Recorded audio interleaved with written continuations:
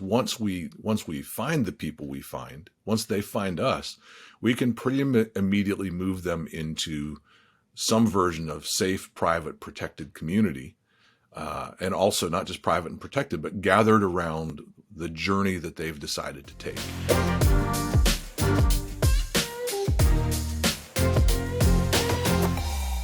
Hello and welcome to the BuddyBoss podcast, where we dive deep into the strategies that will help you build, launch and grow your online communities, courses and memberships. I'm your host, Jason Broderick, Marketing Manager and Head of Content here at BuddyBoss. If it's your first time here or you just haven't gotten around to it yet, do me a favor and click that subscribe button below this video, then click that bell icon to make sure that you keep up to date with all of the latest content here at BuddyBoss. In today's episode, I'm joined by Bob Hamp from Think Differently Academy. Think Differently Academy helps people find release from life-limiting beliefs and circumstances while training others to do the same. Bob tells us about how operating inside Facebook is like being inside a noisy gym where the loud shouting of everybody drowns out the important message that somebody is quietly whispering just for you. How they're providing a private, safe and protected refuge for survivors of abuse.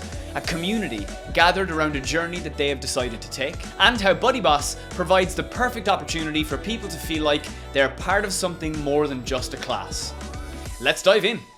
Hey Bob, welcome to the show. Thank you so much for joining me. So tell me a little bit about Think Differently Academy. Tell me, who is it for, and tell me what does it do for them?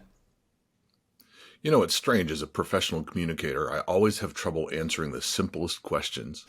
To tell you a little bit about Think Differently Academy is really an extension of Think Differently Counseling, Consulting, and Coaching, the counseling center that my wife and I have had for the last 8 years.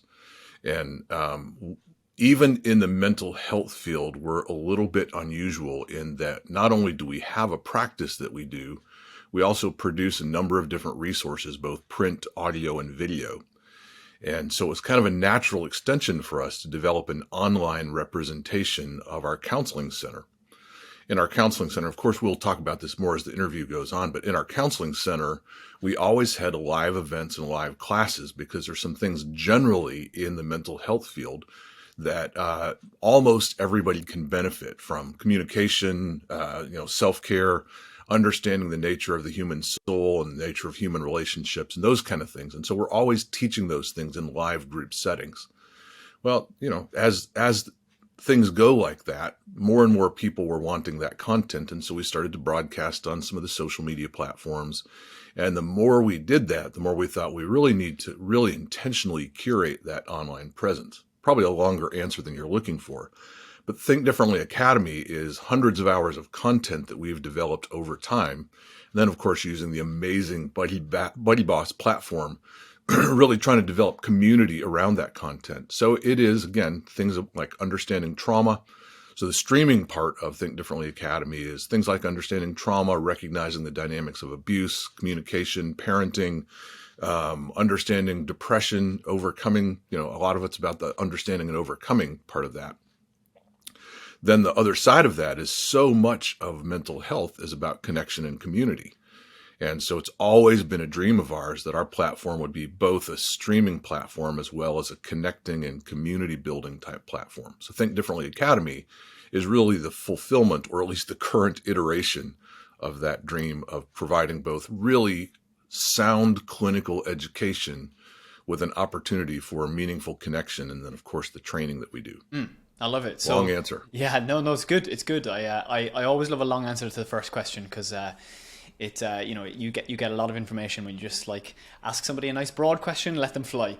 Especially somebody who's very obviously done a lot of video communication, as I can see you've done. So you mentioned the current iteration of, and that sort of leads me to a question, or sort of two questions that I have for you. One is, I watched one of the introductory lessons to one of the courses on your site just before the interview, and I think you mentioned that this version of Think Differently Academy is very recently launched, maybe possibly even in the recent weeks. Was that, or was this a year ago you were talking about? I think you Perhaps mentioned you watched August one that's a year old. Right, okay, got it. Yeah, technically speaking, where we are technically is about a year and a half old. Got We're it. always evolving in kind of the presentation organization of the site. Mm-hmm. But as far as adding the BuddyBoss component where we can build some community and Mm-hmm. connectivity, then that's really, we launched that in March of 21. Got it. Yeah, perfect. So that's what I was thinking was you mentioned the month but not the year in that video thing, and I was thinking, wow, August, it was like the 1st of August or something, and I was like, oh wow, maybe this new design, maybe this new version is very, very new. So it's been in this iteration for kind of a year or 18 months. And if I mentioned August, it may be important to know that it launched in March, and that'll tell you something about me. I'm always a little bit eager where my developers are saying, slow down. I'm like, yeah, but surely we'll start by then. So I'm just excited to get things going and to get people engaged and involved. So yeah, it actually launched March 2021. Right, got it. And did it launch, how soon after that, or did it launch simultaneously with the BuddyBoss app? You're using the BuddyBoss platform and web, and I know you're using the BuddyBoss app as well. Did those two things happen simultaneously or one after the other? So really the evolution of the site has been 3 stages, and the last 2 you just named. We really launched primarily as the streaming platform, kind of a teachable type platform where we offer a series of courses and opportunities to engage either a single video or a series of videos on a given topic. And we launched as purely a streaming platform, subscription based. Mm-hmm. And some of it free, because it's always difficult in the helping profession to figure out how to help people without burdening people. Mm-hmm. That's part of our kind of mindset behind the scenes. So we launched as a streaming platform, but my vision was always to at some point move it to a community type setting. Mm-hmm. Having recognized the upside of social media platforms, I wanted to do that. And our developer at the time, my son-in-law, had discovered BuddyBoss and explained it to me, and I was like, let's do that. And so we launched BuddyBoss, as I said, in March 2021. Mm-hmm. And shortly after that, did our first international training. And in the middle of that training, we started really pushing that the app was coming. And so we had BuddyBoss minus the app for quite a while. And then we added the app, much to the excitement of our students and trainees. I bet. It's, having gone through your site and gone through a little bit of your content, that I'm very glad that the BuddyBoss app is also there to help serve your community too, because it's the perfect niche for it, the perfect sort of, you have the perfect ecosystem to benefit from having your very own mobile app as well. The app has definitely taken us to a whole nother level. I love it. That's awesome. We'll definitely talk a little bit more about the app and sort of how you're using it and why it's been beneficial for your users a little bit later on. I wanted to ask one more question to sort of dive into the iterative sort of me watching your first course or an introductory lesson.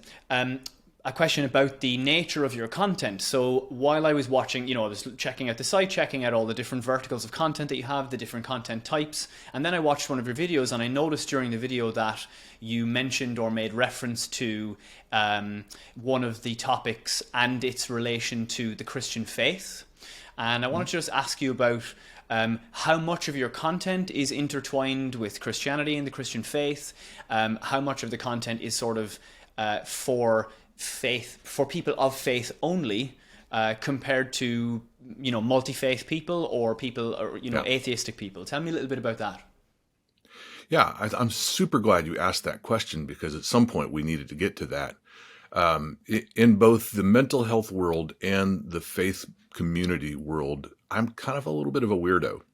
And what I mean by that is I don't really match the expectations of either of those groups. What I mean by that specifically is we really do have a significant faith-based component. At the same time, we deal with a number of people who have either, there's a whole section that we have for people who've been wounded by their faith experiences, mm-hmm. and people who've left their original faith or even left the faith altogether in some way because of the painful things that they've experienced. Mm-hmm. And so our intent is to make sure that our content is clinically sound at every turn. In other words, by clinically sound, I mean that it would be smiled upon by any mental health professional of any faith background. Mm-hmm. At the same time, both my wife and I, who run the site, and both my wife and I are Christians, and again, we don't necessarily fit the expectations of most Christians that we meet. Hopefully with a smile and a nod, not like, what's wrong with you guys? But, and what I mean by that is it's our belief that the Christian faith is much more about the release of identity, created design, than it is about expectations and behavioral standards and even moral standards. And so even when we do speak from the faith perspective, we're really talking about becoming the person that you have been designed to be from the beginning, kind of unleashing identity and destiny, and not at all about moral expectations, obligations, or those kind of things. And so very much faith-based, but not faith-based in the way that most people would expect, very much clinically sound. And the marriage between those two really is, to some degree, our specialty. So for me, as somebody who was brought up in the sort of Irish conservative Catholic culture, but then B has sort of found education and the online world and now lives in a very multicultural, multi-faith, and kind of considers myself probably atheistic. One of the things that struck me about about your site, having watched the video, was that you didn't necessarily lean into, or you didn't to use a sort of a quite a blunt phrase, you didn't beat anybody over the head with the faith element to the content. And I find that to be quite interesting, because most people who have, certainly my experience, having seen a lot of faith-based communities, a lot of faith-based content, Christian or otherwise, they tend to be all or nothing. And I found it refreshing that your content and your community didn't seem to be all or nothing. That it wasn't, oh, you have to be Christian to take this content, or you have to be a very, very faith-driven person in order to benefit from this lesson on something that's got nothing to do with faith, or is only loosely sort of stemmed with faith. So I think I guess that's not so much a question as a statement, that it was quite refreshing to see you. What seems to me from the limited content that I kind of engaged in was that you used elements of your own faith and the Christian faith to enhance the lessons that you were teaching, but not as a precursor to learning those lessons or whatever. Does that make sense? And I know you didn't make a question out of it, but Jason, I love the way that you framed that, and I may even use the language of that someday, because it really is. We both, my wife and I, think there's a significant difference between what it would have been like to meet the person of Jesus and what it's like to see the expressions of religion that exist in the world today.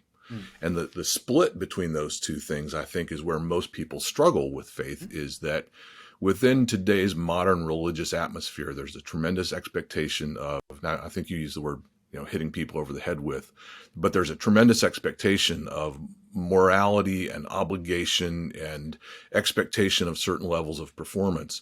Whereas, I think the people who encountered Jesus found that he was more about restoring to them things they felt they'd lost in their lives. Everybody, and one of the things I've noticed at this stage of my life, the thing I say the most is "at this stage in my life." But at this stage in my life, one of the things I've noticed is there's always an accumulation of losses, from childhood on. And by the time you hit the latter years of your life, those losses accumulate, some of them big, some of them small, but they all leave a mark. And it seems that Jesus was very much about restoring those things that were lost, more than he was placing kind of weighty expectation on the shoulders of the people he met. Yeah. And so whether the thing that people lost is a loved one, or a sense of being, or a sense of purpose, a sense of how we fit into the world, it really is our hope that, and that's why I love the way you asked the question originally, it's our hope that people get from us the sense that anything they've lost might be restored, or at least given a sense of value for them, where they can live above those losses and not necessarily be weighted down by them. We really believe that's much more of what you would have found if you encountered the person of Jesus, as opposed to those who may claim his name today. Yeah, sure. As opposed to the people who have the 10 Commandments on a poster stuck on their wall, or whatever doctrine that they're sort of feel imposed to follow, or religiously following things because that's the way we were taught to follow them, as opposed to using those as prompts for inner searching, or like you described, searching for the person we always were, Yep. revealing or releasing the person we always were, as opposed to the person that we've become through all of the things we've learned or adopted, from Yeah. throughout our lives. Yeah. I really like it. I like it. Awesome. So tell me, roll back the story for me, back before sort of 2021, March 2021, I think you mentioned. Yeah. Early on, you mentioned that there was a sort of a coaching, consulting, service-based business that existed before this academy. Tell me a little bit about what business was like before you launched your online component. Tell me, how is business going? Where were you making, where was most of your revenue coming from, your engagement, how many customers, was it worldwide? Tell me a little bit about the genesis of that. I've been a licensed counselor for 30 years. Much of that 30 years I've spent in private practice. I took about a 9-year stint to work at a local megachurch and kind of try to help them grasp some of the things that I was describing to you about the ways that we might help people and the ways that we might encounter people in a way that could be restorative and healing. And then about 8 years ago, left that setting and went back into the private practice world. At that point, we opened up Think Differently Counseling, Consulting, and Coaching. We gathered some counselors and coaches, and we had a little office across the street from where we are now. And at that place, we had a classroom, and on Tuesday nights, we would do a live class inviting people from the community. And we would broadcast, I don't know if you want names or not, but we would broadcast on a particular social media platform that at that time was the easiest one to, do our live classes from. We had our little Mevo camera, and we had, kind of every now and then we even shot from an iPhone. And we had the iPhone sitting on a cardboard box more than one time, just shooting the Tuesday night class. What happened is we started discovering that we had, a couple thousand people watching the live videos online and 30 to 40 in our classes, because that's all our little room could hold. And over time, some of those people that watched online would travel to come to those live classes, or, people would be in town from another country or another state. And because they knew we were somewhere nearby, they would come to our little live Tuesday night classes. So we had this balance in the early part of the practice of the daily practice of counseling sessions or coaching sessions, and then the Tuesday night classes and a number of different live events, some of them really designed for the restorative kind of things that we talked about, some of them designed for training and equipping other counselors, coaches, or just lay people to do the same kind of thing. Always my dream was, because I saw the power and the beauty of social media. I saw that when it was functioning in what I would call its original design, people could genuinely connect around meaningful ideas. People could genuinely form community around the process and path that they were following. And when they could do that in that setting of kind of this is where I feel a little bit like an old guy, in the early days of social media, it just seemed like there was a simple community that could form around the things that meant something to people. Mm-hmm. So I always kind of dreamed, but I watched that dream fading away as social media was evolving into kind of the loud set of noises that it currently is. Mm-hmm. And so in the process, then, we made the decision at one point to cease the live classes and to move to online only. Mm-hmm. Always dreaming that at some point, and of course we're recording everything that we do. We've got, at this point, I don't know how many hundreds of hours of archived video. So in 2019, we launched the first iteration of Think Differently Academy, which was just a streaming site where we put all the content. We took it off of the different places we had it stored, everywhere from social media to these drives that have technical names that all my developers know. And we took all that content and began to move it to this online site where it could all live and be collected in one simple place. But I'm still picturing in my mind the opportunity for the people who come watch it to also be able to connect with each other. Mm. So when we discovered BuddyBoss back in 2020, I think it was, maybe 2019, my son-in-law started to tell me about BuddyBoss, and we began to kind of move in that direction, picturing what that might be like. Well, about the time we got ready to launch BuddyBoss, it became clear that my son-in-law's schedule just didn't fit the way this job was growing. And we hired both a new developer and at that point set a timeline to implement BuddyBoss, which, as I said, was March 2021.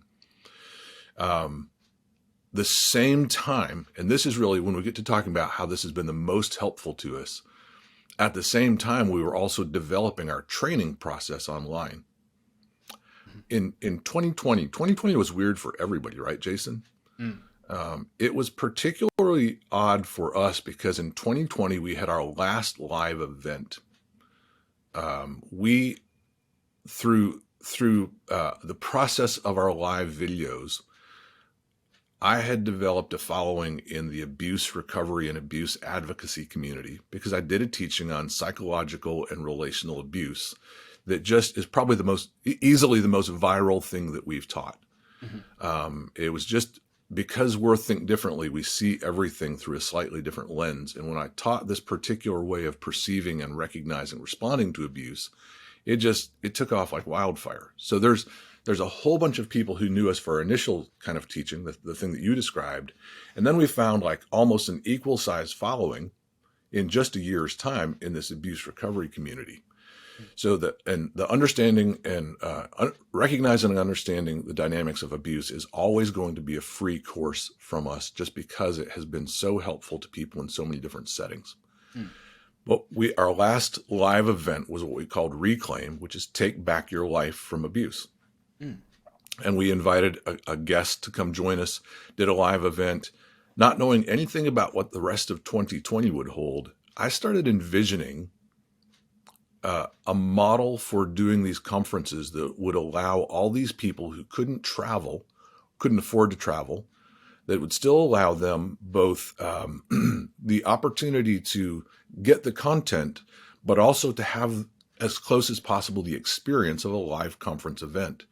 So in January, February of 2020, I started developing 2 different events for that year that were Zoom-based, that were streaming video during the week, and then Zoom-based interaction one night of the week so they could get a live component, engage in conversation, do a secondary teaching, and then get questions, answers, and let people share their story and feel like they're seen and like they matter.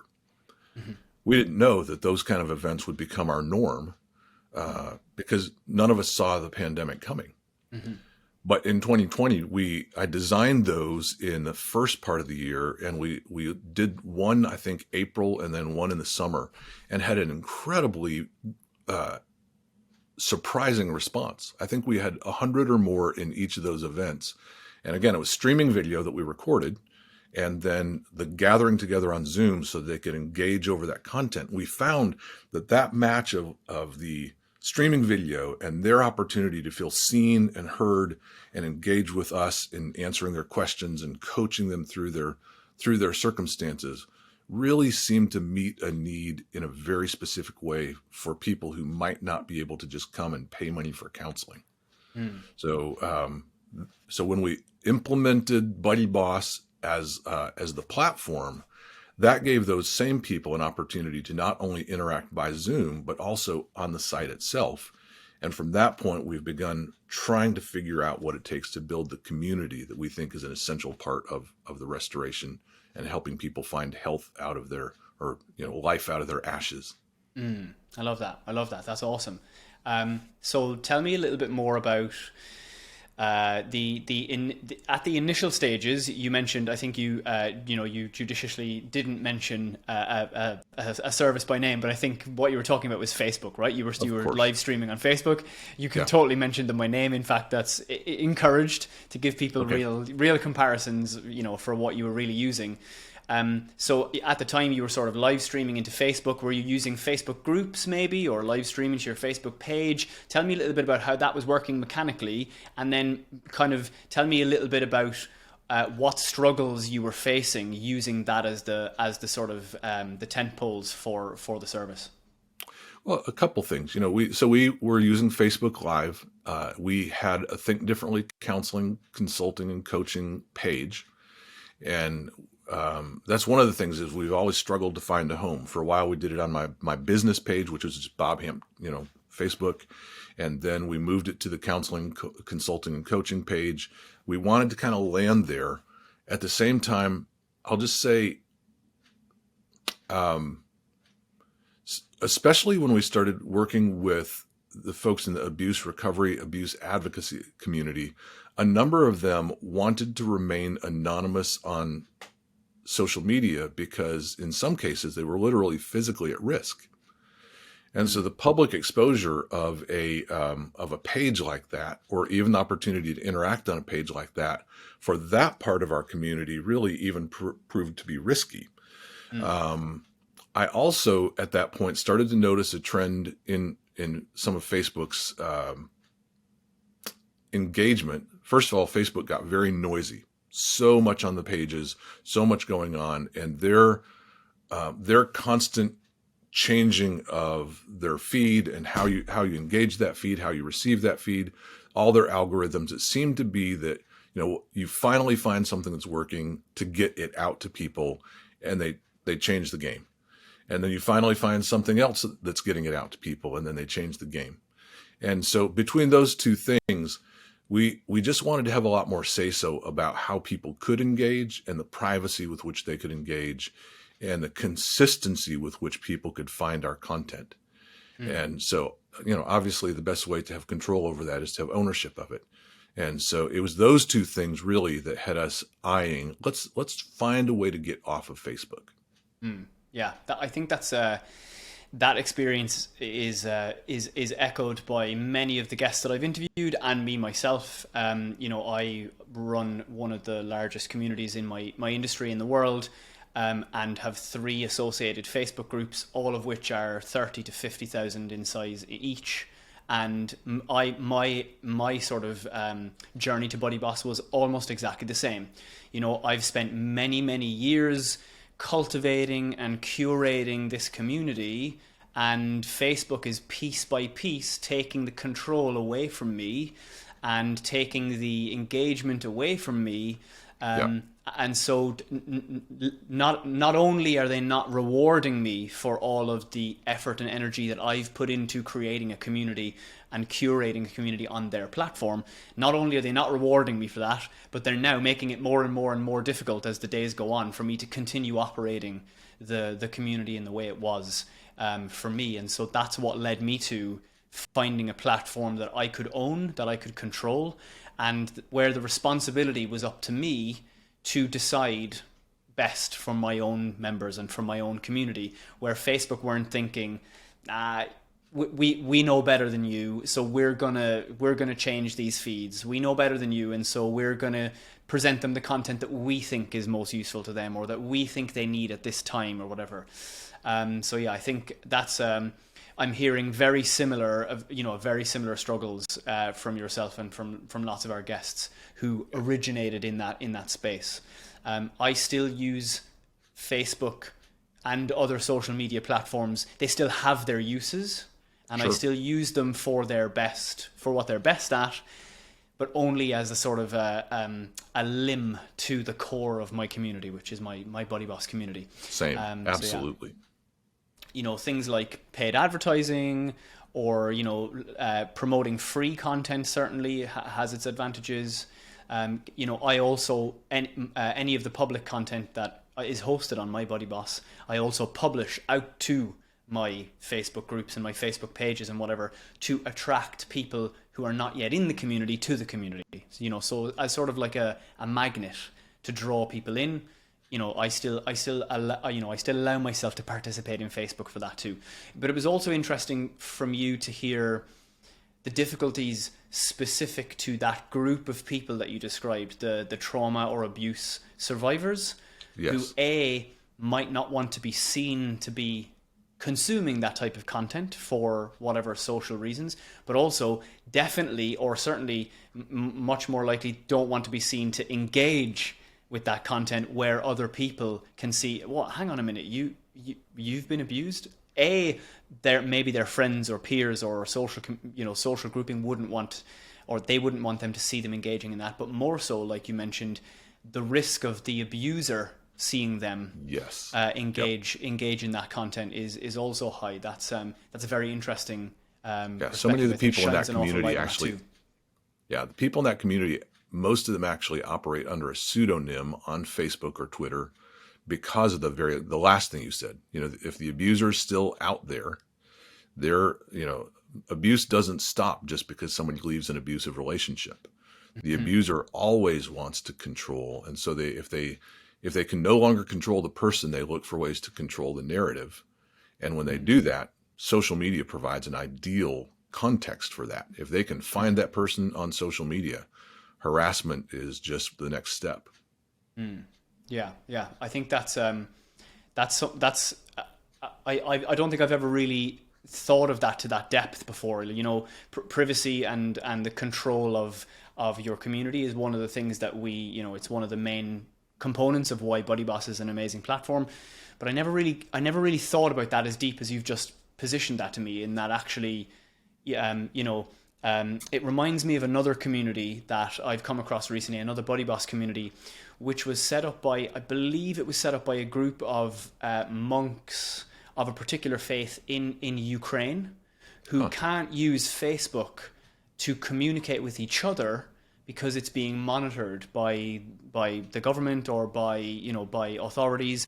And so they've set up a BuddyBoss community so that they can sort of replicate the sort of interactions and the online community aspects, but without being watched or overwatched by their government or whatever. So that's there's parallels in there, for using BuddyBoss as a sort of a haven, I guess. That's got to be rewarding for you guys, because you've really created something that creates that kind of haven, as you say, that kind of refuge for people who are looking for refuge. That's amazing.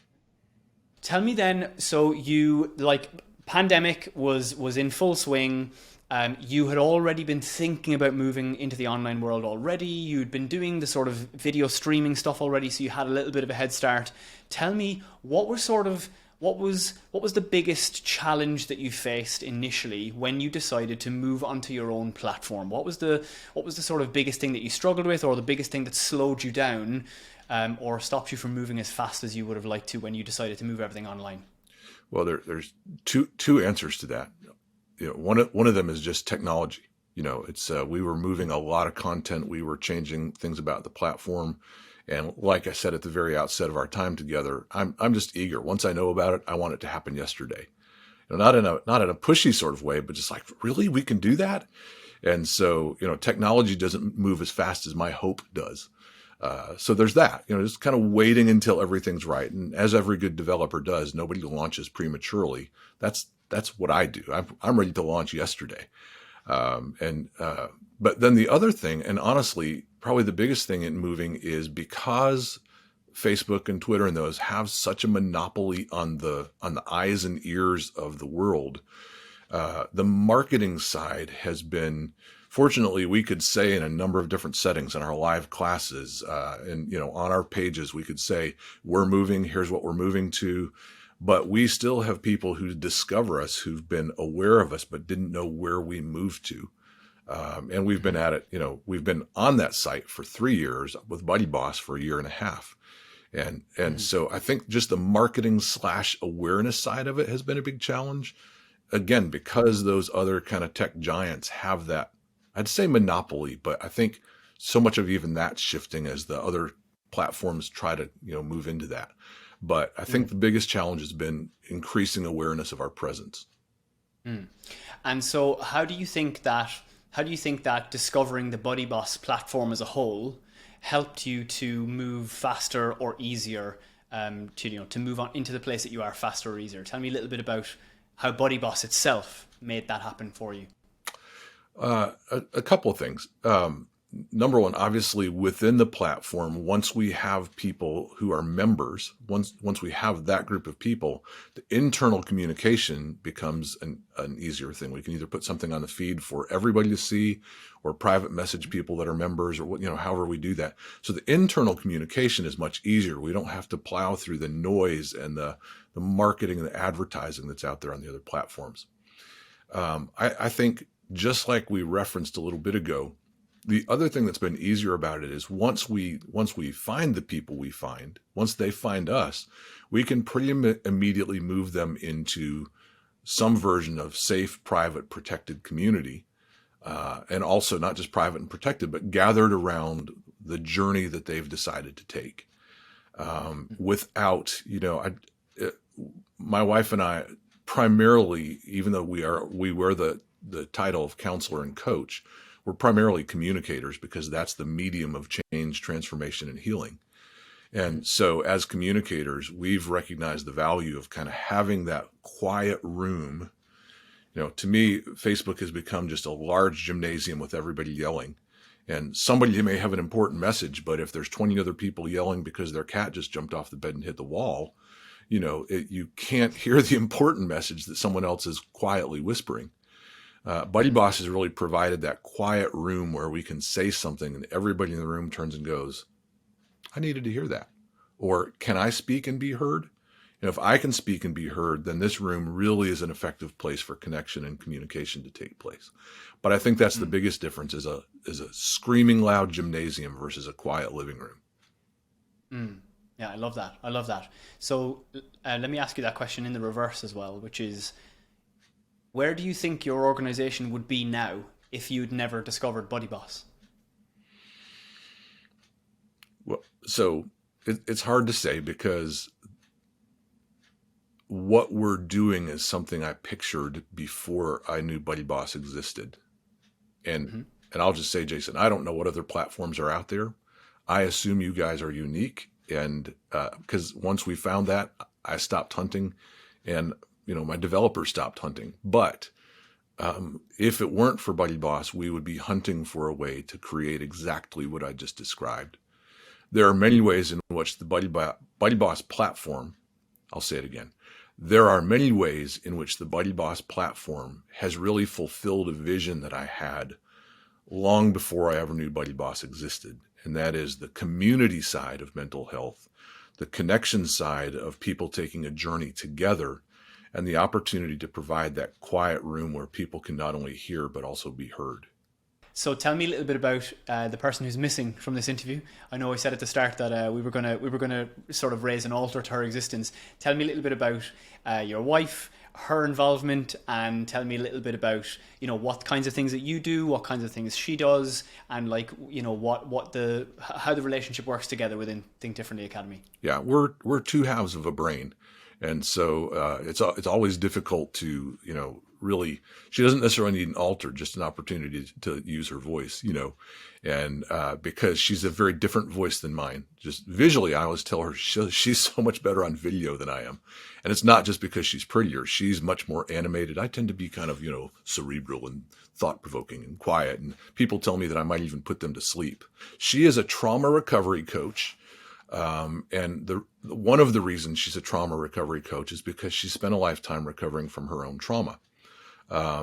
She and I are both authors, and her book, Cherished, Shattered Innocence, Restored Hope, is the story of her journey out of childhood sexual abuse and kind of the outworking of that in her young teen and early 20s until she began to move into her own healing process. Out of that, she learned from her own trauma and recovery process the value of walking alongside people in their trauma recovery. But not only that, she and I really believe in the value of having both a masculine and feminine energy represented. And interestingly enough, she's a fairly strong female and I'm a fairly nurturing male. So it's not as if we don't both have a little bit of both. I do have a little bit where I'm in touch with my feminine side, and she's certainly in touch with her masculine side. But the opportunity for us to both kind of provide that voice, because I can be marching along and telling people something that they need to know about how trauma has affected their nervous system and the functioning of their brain. And she'll stop and go, breathe just a minute. You've been hearing a lot and you may be feeling some things. And it's like that masculine and feminine energy together really gives kind of both the left brain, right brain, the thought process and the heart in a one presentation can really put both of those together. She is a master practitioner of neurolinguistic programming. She recently completed that with the creator of NLP himself. And she's really incredibly skilled. One of the things I tell people about the counseling world is that there's both an art and a science to what we do. Anybody can learn the science, but the art sometimes is a little bit more difficult. And not only is she an artist in real life, she's a painter, she's an abstract artist, but she's also artistic in multiple mediums, but she's also an artist as a coach. So her ability to recognize what's happening with people, to read the moments with them, the right side of her brain is probably her strongest suit, even though she's very intelligent on the left side. So she brings to this a lot of things that I might have, but I sometimes forget to bring. I think I have that nurturing side, but once I get on that, let's fix this and give people the information they need track, I sometimes forget that they also need to stop, breathe, and maybe feel like you can connect with them in the middle of that information. So Polly and I have always done this together.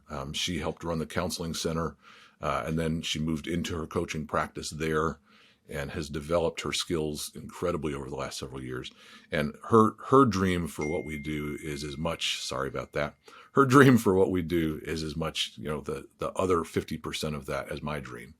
What do you think is the biggest benefit to your community of doing that work on BuddyBoss? What do you think has been the biggest highlight or the biggest benefit to your users? Unquestionably, the biggest benefit has been the opportunity to use groups for specific cohorts of people. So one of the things we offer is we offer training and certification for people who want to practice the model that we espouse. And so the groups, when the group signs up for that training and certification process, they're immediately put into a group with their peers.